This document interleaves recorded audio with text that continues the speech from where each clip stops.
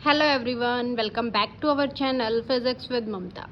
हमने एक सीरीज शुरू की गई है 45 डेज़ में 45 फिजिक्स के टॉपिक्स हम डिस्कस करेंगे। हम उनमें पहले टॉपिक का थोड़ा ओवरव्यू लेंगे और उसके बाद उससे रिलेटेड क्वेश्चंस, चाहे वो प्रीवियस ईयर हो चाहे एक्सपेक्टेड हो कि ऐसे क्वेश्चंस पूछे जाएंगे, वो सब क्वेश्चंस हमको डील करते हैं। ठीक है, तो हम शुरू करते हैं। आज का हमारा टॉपिक है सिंपल हार्मोनिक मोशन। देखो, इसके नाम से ही पता चल रहा है, simple harmonic motion. Very simple, मतलब ईजीएस्ट केस आप जो मोशन का लेके चलोगे वो सिंपल हार्मोनिक मोशन है। और इस मोशन में एक कंडीशन होती है, या एक डेफिनेशन कह दो इस मोशन की होती है कि जो सिंपल हार्मोनिक मोशन होता है ना, उसका हमेशा जो एक्सीलरेशन होगा वो क्या होगा, डायरेक्टली प्रोपोर्शनल होगा जो डिस्प्लेसमेंट होगी उसके। जो किसके प्रोपोर्शनल हो गए, जो भी आपकी डिस्प्लेसमेंट्स होगी उसके क्या होगा, डायरेक्टली प्रोपोर्शनल होगा। ठीक है, या हम कह सकते हैं कि जो फोर्स है किसी भी चीज़ को ऑसिलेट कराने के लिए आप जो फोर्स लगा रहे हैं वो क्या है, डायरेक्टली प्रोपोर्शनल है किसके, डिस्प्लेसमेंट के। नेगेटिव साइन क्या दिखा रहा है कि वो अपोजिट डायरेक्शन में है। ठीक है, ये नेगेटिव साइन भी इंपॉर्टेंट है, इसलिए मैं यहाँ पे आपको रिप्रेजेंट कर रही हूँ कि फोर्स जो होगा वो डायरेक्टली प्रोपोर्शनल है डिस्प्लेसमेंट के और इन नेगेटिव डायरेक्शन के। मतलब जिस डायरेक्शन में फोर्स लग रहा है उस डायरेक्शन में आपका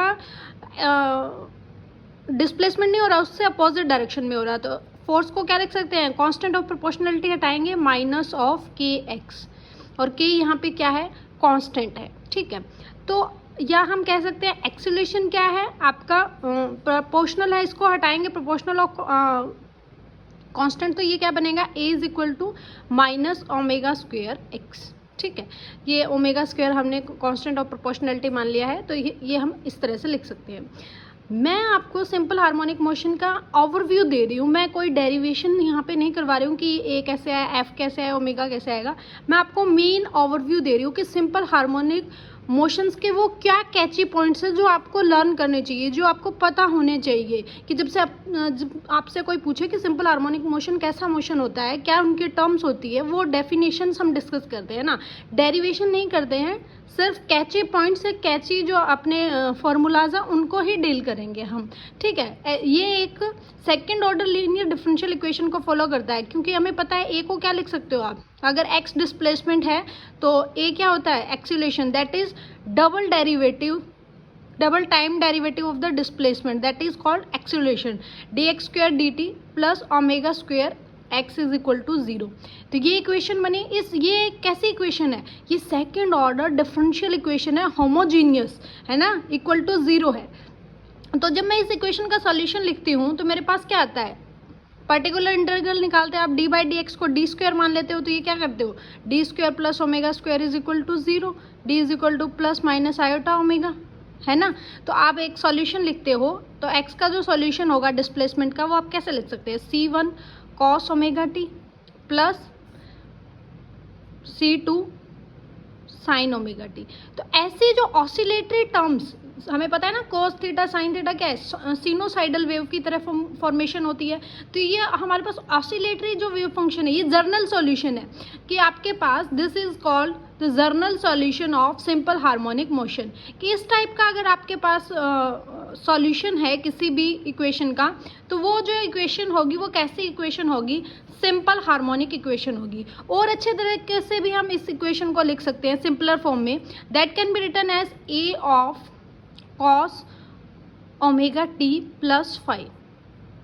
ओमेगा क्या है, फ्रिक्वेंसी, टी क्या है, टाइम, फाई क्या है, फेज एंगल। ठीक है, ए क्या है, एम्पलीट्यूड, और एक्स क्या है, डिस्प्लेसमेंट। वो जो डिस्प्लेसमेंट हमारे पास हो रही है सिंपल हार्मोनिक मोशन में, वो किसके इक्वल है, ए कॉस ओमेगा टी प्लस 5। आप इसको ऐसे भी लिख सकते हो, ए साइन ओमेगा टी 5।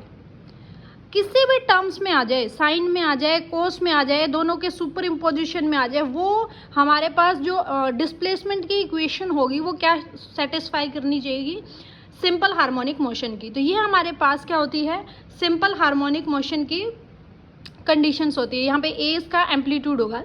इसका एग्जांपल बताऊं मैं आपको, सिंपल हार्मोनिक मोशन का एक बेस्ट एग्जांपल है सिंपल पेंडुलम। मान लेता हूं मैंने इसको फिक्स कर दिया एक पेंडुलम को, ये एक्सपेरिमेंट तो हर बच्चे ने किया है ना। ये बोब है, उसका मास m है, मैंने इसको फोर्स लगाया तो ये इस तरह से डिस्प्लेसमेंट करने लगा। ये टू एंड प्रोमोशंस होते हैं, यही तो क्या होती है ऑसिलेशंस को। इन्हीं ऑसिलेशंस को तो हम क्या बोलते हैं, सिंपल हार्मोनिक ऑसिलेशन बोलते हैं। जिस पॉइंट पे ये फिक्स था, यहाँ पे इस फिक्स पोजीशन को हम बोलते हैं मीन पोजीशन। ये क्या होती है, मीन पोजीशन। जहाँ पे ये मूव कर रहा है, यहाँ से मैंने क्या किया, फोर्स अप्लाई किया तो ये मूव करने लगा, तो इसने यहाँ एक टाइम बाद यहाँ आया, वापस यहाँ आया, फिर एक टाइम बाद यहाँ आया। तो ये जो पॉइंट्स मैं नोट कर रही हूँ, ये जो पॉइंट्स है 1 और 2, ये पॉइंट्स क्या है, extreme points. These are called extreme points. इन पे कंडीशंस क्या होती है, ये क्वेश्चन बहुत बार रिपीट होता है। इवन इंटरव्यूज़ में भी ये क्वेश्चन पूछ लिया जाता है कि आपके पास मीन पोजीशन पे एक्सेलेरेशन क्या होता है, सिंपल हार्मोनिक मोशन में वेलोसिटी क्या होती है। तो देखो यहाँ पे हमारे पास जो एक्सट्रीम पोजीशन होती है, इस पे वेलोसिटी क्या होती है, 0। यहाँ पे पार्टिकल आता है, जो बोब है वो क्या करता है, एज अ रेस्ट रहता है, ठीक है। यहाँ पे कुछ टाइम के लिए वो रेस्ट पे फील करता है और उसकी वेलोसिटी क्या होती है, 0। लेकिन बोब मीन पोजीशन पे जो वेलोसिटी होती है वो क्या होती है, मैक्सिमम। यहाँ पे वेलोसिटी क्या होती है, मैक्सिमम। यहाँ पे जो एक्सीलरेशन होता है आपका, वो क्या होता है, मैक्सिमम कह सकते हो आप। और यहाँ इस पोजीशन पे आप एक्सीलरेशन क्या कह सकते हो कि मिनिमम होता है, ठीक है। तो अगर मैं बात करूं एक्सट्रीम पोजीशन पे, तो वेलोसिटी 0 है, मतलब टोटल एनर्जी किसकी फॉर्म में रहेगी, पोटेंशियल एनर्जी की फॉर्म में रहेगी। इसका मतलब इसकी पोटेंशियल एनर्जी क्या रहेगी, हाई रहेगी। लेकिन मीन पोजीशन पे कौन है, मैक्सिमम काइनेटिक एनर्जी, इसका मतलब इसकी कौन ज़्यादा होगी, काइनेटिक एनर्जी हाई रहेगी। तो इस पूरे सिस्टम में एनर्जी कंजर्व भी हो रही है आपके पास, और ये कैसी इक्वेशंस को फॉलो कर रहा है, सिंपल हार्मोनिक इक्वेशन को फॉलो कर रहा है। हमने देखा था कि these are the equations of the simple harmonic motion, x is equal to a cos omega t plus 5, या फिर x is equal to a sin omega t plus 5। x क्या है, डिस्प्लेसमेंट। अगर मैं वेलोसिटी निकालना चाहूँ, यहाँ से वेलोसिटी क्या आएगी, dx by dt, that can B velocity. तो हम क्या करेंगे, इसका अगर डिफ्रेंशिएट करना पड़े a cos ओमेगा t 5 का, तो क्या होगा, a omega sine omega, minus का साइन आएगा ना, a sine omega t plus 5। कोस वाली टर्म का किया है मैंने, तो ये आपके पास कुछ इस तरह से आएगा। अगर हमें पता है कि minus a omega sine omega t of 5, तो ये आपके पास आएगी वेलोसिटी। इस वेलोसिटी को आप एक अनदर एक्सप्रेशन में भी लिख सकते हैं, कैसे कि ये जो साइन ओमेगा t प्लस 5 है, इसको आप क्या लिख सकते हैं, that can be written as omega a sine omega t of 5। अगर ये x कोस में है तो हमें पता है sine square theta plus cos square theta क्या होता है, 1 होता है। तो यहाँ पे हम कर दें साइन, ये इसका स्क्वायर कर दे, इसका भी स्क्वायर कर दे, तो ये आपके पास क्या बनेगा, that can be written as under root a square minus x square. x जो डिस्प्लेसमेंट है वहाँ से, और a इसका मैक्सिमम एम्पलीट्यूड। अगर मैं मैक्सिमम वेलोसिटी की बात करूँ, ये एक्सप्रेशंस हैं वेलोसिटी के। एक वेलोसिटी आप इस फॉर्म में भी लिख सकते हैं, ये इस फॉर्म में भी लिख सकते हैं। अकॉर्डिंग टू क्वेश्चन हमें चूज़ करना होता है कि हम कौन सा एक्सप्रेशन से ईजीएस्ट निकाल सकते हैं वैल्यूज़ को, तो दोनों ही ईजी ऑफ कोर्स है। यहाँ से अगर मैं मैक्सिमम वेलोसिटी की बात करूँ, तो मैक्सिमम वेलोसिटी कब होगी, मैक्सिमम वेलोसिटी कहाँ थी, मीन पोजीशन पे। और मीन पोजीशन पे डिस्प्लेसमेंट क्या थी, 0। इसका मतलब x की वैल्यू जब 0 होगी तब मेरे पास क्या होगी, वेलोसिटी मैक्सिमम होगी। और कितनी मैक्सिमम होगी, that can be written as omega a, that can be written as omega a. कोई क्वेश्चंस में आपको वो मैक्सिमम वेलोसिटी की भी पूछ सकता है। तो ओमेगा क्या है, उसकी एंगुलर फ्रीक्वेंसी, ए क्या है, उसका मैक्सिमम एम्पलीट्यूड जो आपको गिवन रहेगा। तो हम निकाल सकते हैं वेलोसिटी, दोनों की फॉर्मेशंस में निकाल सकते हो आप, अकॉर्डिंग टू क्वेश्चन हम चूज़ करते हैं जनरली। यहाँ से एक और इम्पॉर्टेंट थिंग अगर मैं बात करूँ आपके यहाँ, कि अगर मैं वेलोसिटी और एंगुलर फ्रिक्वेंसी के बीच में ग्राफ बनाऊं, तो वो ग्राफ कैसा आता है। ये आईआईटी मद्रास का पीएचडी के इंटरव्यू में उसने पूछा, एग्जामिनर ने मेरे से पूछा था, ऑनलाइन मैंने दिया था, उसमें ये क्वेश्चन पूछा गया था। इम्पॉर्टेंट है इसलिए मेरे याद भी आ गया कि v is equal to omega root a square minus x square. अगर मैं वेलोसिटी और एंगुलर फ्रिक्वेंसी का सिंपल हार्मोनिक मोशन में ग्राफ बनाऊं, तो कैसा ग्राफ बनेगा। तो देखो इसको हटाएंगे तो ये क्या बन जाएगा, v square is equal to omega square a square minus x square. तो v by omega square is equal to a square minus x square. तो ये कुछ टर्म बन जाएगी इन फॉर्मेशन ऑफ इलिप्स, कि जब आप इसका ग्राफ बनाओगे वी और ओमेगा के बीच में, तो दोनों के बीच का ग्राफ आता है इलिप्स का। कैसा आता है? इलिप्स का ग्राफ आता है, ठीक है। क्योंकि हमें पता है ना इलिप्स की इक्वेशन क्या होती है, x square by a square plus y square by b square is equal to 1। इस फॉर्मेशन में हम इस इक्वेशन को डिड्यूस कर सकते हैं। तो डायरेक्ट क्वेश्चन अगर आ जाता है आपके कि सिंपल हार्मोनिक मोशन में अगर graph between the velocity and angular frequency हम राइट करें तो कैसा ग्राफ आता है? इलिप्स। और ये क्वेश्चन ऐसे पूछे जा रहे हैं। 2022 में एक क्वेश्चन पूछा गया था, इलेक्ट्रिकल कंडक्टिविटी और टेम्परेचर के बीच का ग्राफ कि क्या होगा अगर मैं log ऑफ इलेक्ट्रिकल कंडक्टिविटी ले लूँ और with respect to 1/T temperature लूँ तो क्या ग्राफ आएगा। तो ये ग्राफ फॉर्मेशंस भी आपको आनी चाहिए, ठीक है। तो हमने देखा वेलोसिटी भी देख लिया और डिस्प्लेसमेंट की इक्वेशन भी देख ली। अगर मैं इसी में फर्दर एक्सीलरेशन फाइंड आउट करना चाहूँ तो दोबारा हम क्या करेंगे, इसका डिफरेंशिएट करेंगे। That can be written as a that is d square x by d t square. दोबारा करेंगे तो क्या आएगा, a omega square minus cos omega t plus 5। ये आपके पास क्या आ जाएगा, एक्सीलरेशन की इक्वेशन आ जाएगी। या फिर आप यहाँ से भी कर सकते हैं एज पॉसिबल। जनरली यही आपके पास सिंपल हार्मोनिक मोशन में पूछा जाता है।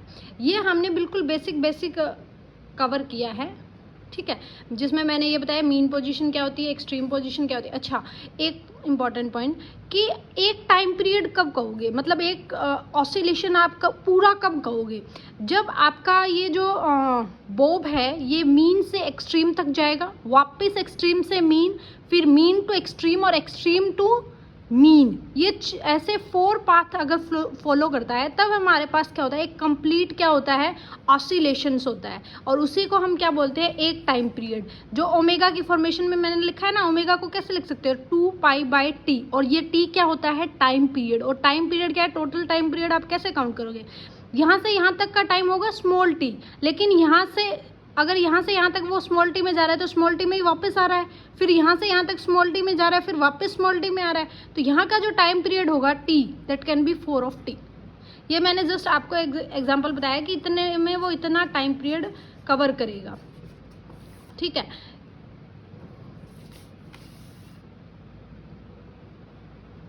अगर ए उसका मान लेते हैं एम्पलीट्यूड है और टी 0 से वो शुरू कर रहा है तो पहले जाएगा, मतलब इसका मतलब टाइम पीरियड इसका कितना हो गया, T/4, है ना। देखो पहले अगर वो, दोबारा बना देती हूँ। एक्चुअली ना मेरे एक फेवरेट सर थे, वो भी हमें ऐसे ही पढ़ाते थे कि वो ना बहुत सारी चीज़ें बताने के लिए वहीं मर्ज कर देते थे और मेरे को वही आदत पड़ गई और मैं कोशिश करती हूँ इसको रिमूव करने की, पर हो नहीं रही है। मेरे पास ये बोब है, हम क्या चाह रहे हैं कि ये मैं आपको बता रही हूँ एक ऑसिलेशन या एक टाइम पीरियड कब पूरा होगा, ठीक है। ये मीन पोजीशन है, उसकी मीन पोजीशन है, मतलब उसका टाइम यहाँ पे 0 है। जब वो यहाँ से एक्सट्रीम तक चला, ठीक है, तो वो कितना टाइम उसने कवर किया, जैसे मैंने कहा ना कि वो टी टाइम कवर कर रहा है। फिर वो वापस यहाँ से यहाँ आया और फिर वो एक्सट्रीम तक गया और फिर वो एक्सट्रीम से वापस कहाँ आया, मीन तक आया, है ना। तो यहाँ से यहाँ तक का पाथ T/2 कवर किया, यहाँ से वापस आया T/4 कवर किया, यहाँ से T/4 से फिर आगे गया तो 3T/4 कवर किया और फिर यहाँ आया तो क्या हुआ, T कवर किया। तो ये आपका जो होगा टाइम पीरियड, अगर एक्सट्रीम टू एक्सट्रीम जाएगा तो टाइम पीरियड होता है T/2 और टाइम अगर मीन टू एक्सट्रीम का पूछे, सिर्फ मीन टू एक्सट्रीम, एक में T/4 करेगा तो दोबारा आएगा T/2 फिर T/4 में फिर करेंगे फिर T/2। तो सिर्फ एक ऑसिलेशन की बात करूँ, सिर्फ आपके पास मीन से एक्सट्रीम तक कितने टाइम में जाएगा, T/4 में, वापस कितने में आएगा, T/4 में। तो टोटल टाइम पीरियड इसका कितना होगा, T/2। अगर मैं ये एक्सट्रीम टू एक्सट्रीम कर दूँ तो आपके पास ये जो टाइम पीरियड होगा वो आपके पास क्या होगा, T/2, ठीक है। इस पे जनरली इतने क्वेश्चन नहीं पूछे जाते हैं, यहाँ पे गेट में ज़्यादातर ऐसे क्वेश्चंस पूछे जाते हैं कि कितना टाइम पीरियड कहाँ से कहाँ तक करेगा। अपने एस्टेट में ये फॉर्मूला बेस्ड रहता है ज़्यादातर, तो क्वेश्चंस ऐसे भी गिवन दिए जाते हैं। इस सिंपल हार्मोनिक मोशन पे मैं कुछ स्टैंडर्ड प्रॉब्लम्स भी करवाऊंगी कि ऐसे एग्जांपल्स जो आपको सिंपल हार्मोनिक मोशन करते हैं, जैसे सिंपल पेंडुलम है, स्प्रिंग मास सिस्टम है, उन पे क्या फ़र्क होता है। एक स्प्रिंग मास सिस्टम और देख लेते हैं कि हमारे पास क्या होता है, एक स्प्रिंग होता है, एक मास है, जब मैंने इस पर फोर्स लगाया तो मास क्या हुआ, डिस्प्लेस हुआ, और स्प्रिंग में क्या है, या तो इलोंगेशन या कंप्रेशन, ये डिपेंड करता है कि आपने कैसा फोर्स लगाया है। तो इस केस में आपके पास जो आपने फोर्स लगाया वो डायरेक्टली प्रोपोर्शनल क्या होगा, जितनी डिस्प्लेसमेंट होगी उसके अपोजिट, मतलब उसके प्रोपोर्शनल होगा। तो फोर्स किसके इक्वल हो जाएगा, के एक्स, और यहाँ पे के क्या है, इस स्प्रिंग का कांस्टेंट है, ठीक है। तो according to simple harmonic motion यहाँ पे हमारे पास जो टाइम पीरियड होगा स्प्रिंग मास सिस्टम में वो क्या होगा, 2π√m/k। ये आपको याद रखना है कि कोई भी स्प्रिंग मास सिस्टम है और अगर मैं उसका टाइम पीरियड फाइंड आउट करूँ जो सिंपल हार्मोनिक मोशन करता है, उसका जो टाइम पीरियड होगा that should be t is equal to 2π√m/k। m क्या है, जो भी मास उसके साथ अटैच्ड है, k क्या है, स्प्रिंग कांस्टेंट है, ठीक है। इसमें हमारे पास टाइम पीरियड इतना होता है और इसका जो एनर्जी होती है, हमें पता है ना कि स्प्रिंग में कैसी एनर्जी स्टोर्ड होती है, पोटेंशियल एनर्जी स्टोर्ड होती है, और वो किसके फॉर्म में होती है, that is E is equal to half kx²। तो k को आप कैसे लिख सकते हो, k को एक अनदर फॉर्मेशन में हम m⍵² भी लिख सकते हैं, क्योंकि ये जो टाइम पीरियड हम निकालते हैं ये कहाँ से निकला, ये टाइम पीरियड अगर मैं बात करूँ आपके पास तो ये इस फॉर्मूले से निकला है। फोर्स आपको पता है, फोर्स को आप कैसे लिख सकते हो, कैन हेयर, फोर्स को लिख सकते हैं mass into acceleration that is kx, और a क्या हो सकता है, d²x/dt²। तो ये क्या होगा, माइनस, इधर आ गया ना ये k, -k/m x equal to 0। तो ये देखो ऐसी इक्वेशन ही है ना, d²x²dt² माइनस ω² की जगह अगर मैं इसको इक्वेट करूँ तो ω² क्या आ जाएगा, दैट कैन बी, ये माइनस साइन था इधर, माइनस ऑफ kx था ना, ये तो प्लस बन जाएगा। तो ω² किसके इक्वल है, दैट इज km। तो ओमेगा क्या आ जाएगा, दैट इज √km, ठीक है। ओमेगा को क्या लिख सकते हो, 2π/t, कितने टाइम पीरियड, एंगुलर फ्रिक्वेंसी है ना, इसको लिख सकते हैं 2π/t दैट इज k/m। तो मैंने टाइम पीरियड जो फॉर्मूला लिखा था वो आप ऐसे लर्न भी कर सकते हैं और निकाल भी सकते हैं, दैट कैन बी 2πm/k, ठीक है। ये टाइम पीरियड आपके पास आ गया है, ठीक है। अगर मैं यहाँ से ओमेगा की k की वैल्यू निकालूँ तो इस इक्वेशन से अगर मैं इस इक्वेशन को 1 दे दूँ तो k को आप क्या लिख सकते हो, m⍵² भी लिख सकते हो ना, ये अंडर हटाएंगे तो स्क्वायर कर देंगे, तो ये क्या आएगा, k(m⍵²) है ना। तो इसका मतलब आपके पास जो एनर्जी होगी, एनर्जी मैंने बताया हाफ kx² होती है, तो k की जगह वैल्यू पुट कर देंगे, दैट कैन बी 1/2 m⍵²x², है ना। अगर ये रेस्ट पे है तो इसके पास टोटल एनर्जी क्या होगी, पोटेंशियल एनर्जी होगी, लेकिन हम डिस्प्लेस करें किसी वेलोसिटी से तो उसमें क्या होगी, कुछ ना कुछ काइनेटिक एनर्जी भी होगी। तो इसकी जो टोटल एनर्जी है हम 1/2 m⍵²x² भी लिख सकते हैं, ठीक है। और अगर मैं काइनेटिक एनर्जी लिखना चाहूँ इसकी, तो काइनेटिक एनर्जी कैसे लिख सकते हो, काइनेटिक एनर्जी क्या होती है, that can be half mv², और v² का फॉर्मूला हमें पता है, दैट कैन बी, तो यहाँ से इसका v का स्क्वायर कर दो, that can be written as m, v का स्क्वायर करेंगे तो ये क्या बनेगा, ω² a² माइनस x², ठीक है। तो टोटल एनर्जी कैसे लिखोगे, kinetic energy plus potential energy, तो ये क्या हो जाएगी, फिर वही हो गया ना, total energy that can be written as half m⍵² a², क्योंकि माइनस x² है ये प्लस x² है, कैंसिल हो जाएगा, तो टोटल एनर्जी आएगी 1/2 m⍵² a², ठीक है। ये इसकी पोटेंशियल एनर्जी थी और ये इसकी काइनेटिक एनर्जी थी, ठीक है। तो ये आपके पास एक स्प्रिंग मास सिस्टम रहेगा जिसका टाइम पीरियड आपको टिप्स पे होना चाहिए, that can be written as t is equal to 2π√m/k, ठीक है। कि आपके पास क्या है, स्प्रिंग कांस्टेंट। तो ये हमने आज बेसिक्स कर लिया है सिंपल हार्मोनिक मोशन का। इससे बाहर सिंपल हार्मोनिक मोशन आपको पढ़ने की ज़रूरत नहीं है। मैं कॉन्फिडेंसली इतना कह सकती हूँ कि अगर आपने ये सब चीज़ें अपने कैची पॉइंट्स में नोट कर ली है तो आप इजीली क्वेश्चन बना पाओगे, ठीक है। प्रैक्टिस तो देखो करनी पड़ती है हर टॉपिक पे, ऐसा नहीं है कि मैडम ने दे दिया और वो हो गया। फिजिक्स इतनी इजी ऑफ टास्क तो है नहीं, जितनी आप प्रैक्टिस करोगे आपको पता लगेगा कि कैसे क्वेश्चंस को डील करना है, कैसे हमें क्या करना है, क्वेश्चन करना है। आपके पास जो मर्जी बुक है, जब मैं ये टॉपिक करवा रही हूँ आपने ये कैची पॉइंट्स लिख लिया, आप खुद से भी ट्राई कीजिए ना, जो भी आपके पास बुक्स है कि मैंने ये किया है क्वेश्चन, तो मेरे से क्वेश्चन बन रहे हैं या नहीं बन रहे हैं। 1-2 बार डर लगता है, फिजिक्स के हमारे रूटीन में नहीं है प्रॉब्लम्स को सॉल्व करना। जब आप रूटीन में प्रॉब्लम्स को सॉल्व करने लग जाओगे तो आई एम डैम श्योर कि आप बहुत ईजिली क्वेश्चन कर पाओगे और आप कहोगे भी मैम हम क्वेश्चन कर पा रहे हैं। मैं सिर्फ कैची पॉइंट्स करवा रही हूँ, कोई डेरिवेशंस नहीं करवा रही हूँ, ठीक है। तो हमारे पास आप क्वेश्चंस डिस्कस करते हैं। फर्स्ट क्वेश्चन है the total mechanical energy of a spring mass system. देखो टोटल मैकेनिकल एनर्जी दे रखी है ना, अभी हमने निकाली भी है इसका फॉर्मुलेशन कि टोटल मैकेनिकल एनर्जी क्या होगी। थोड़ा साफ साफ लिख देती हूँ, तब बच्चों को ये भी शिकायत ही रहती है। काइनेटिक एनर्जी क्या आई थी 1/2m omega square a square minus x square. Potential energy क्या आई है 1/2m omega square a square. तो x square. Total mechanical energy की अगर मैं बात करूँ, total mechanical energy that can be 1/2m omega square a square. दोनों को ऐड करेंगे ना, काइनेटिक एनर्जी और पोटेंशियल एनर्जी को, यही इसने गिवन की है। अगर ये ना भी करता तो आपको ये पता होना चाहिए था। नेक्स्ट क्या है, suppose the oscillating particle is replaced by another particle of double the mass. कि पहले मेरे पास अगर मैं इसको E1 मान लूँ तो E1 एनर्जी किसके इक्वल है 1/2m omega square a square, ठीक है, जिसमें मास है m। अब मैंने कंडीशंस क्या कर दी कि मास को तो क्या कर दिया 2m, ठीक है। तो while the amplitude a remain same, ये ए सेम रहेगा तो ए को सेम रख देंगे। The new mechanical energy will be, तो नई मैकेनिकल एनर्जी क्या होगी, ये इसने हमसे पूछा है। और कंडीशंस ये दो दी है कि मास को चेंज कर दिया 2m में और आपका एम्पलीट्यूड क्या है सेम होगा। तो देखो हमने पढ़ा था स्प्रिंग मास सिस्टम, जहाँ पे हमने ओमेगा क्या निकाला था √k/m। तो जो एंगुलर फ्रिक्वेंसी थी वो किस पर डिपेंडेंट थी, दैट इज डिपेंडेंट ऑन मास। और ये मास को क्या कर रहा है, डबल कर रहा है। इसका मतलब एंगुलर फ्रिक्वेंसी भी चेंज होगी। कितनी चेंज होगी, अगर आपका शुरू में मास m था और अब आपका मास 2m हो गया है, तो जो एंगुलर फ्रिक्वेंसी होगी, अगर मैं शुरू की एंगुलर फ्रिक्वेंसी को मान लूँ ω1 और अब मान लूँ सेकेंड, तो ω2 क्या हो जाएगी, that can B 1/√2 of omega, ये हो जाएगी। और हमें क्या निकालना है, इसकी एनर्जी निकालनी है E2।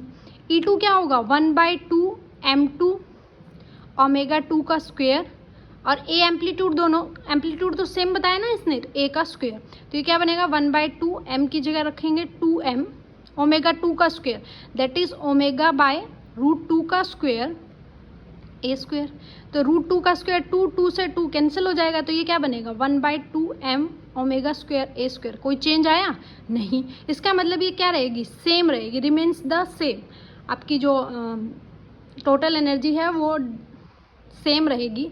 एक इसकी शॉर्ट ट्रिक और बताती हूँ कि देखो हमारे पास क्या हो रहा था, हमने पूरा प्रूफ करके दिखा दिया मैंने आपको।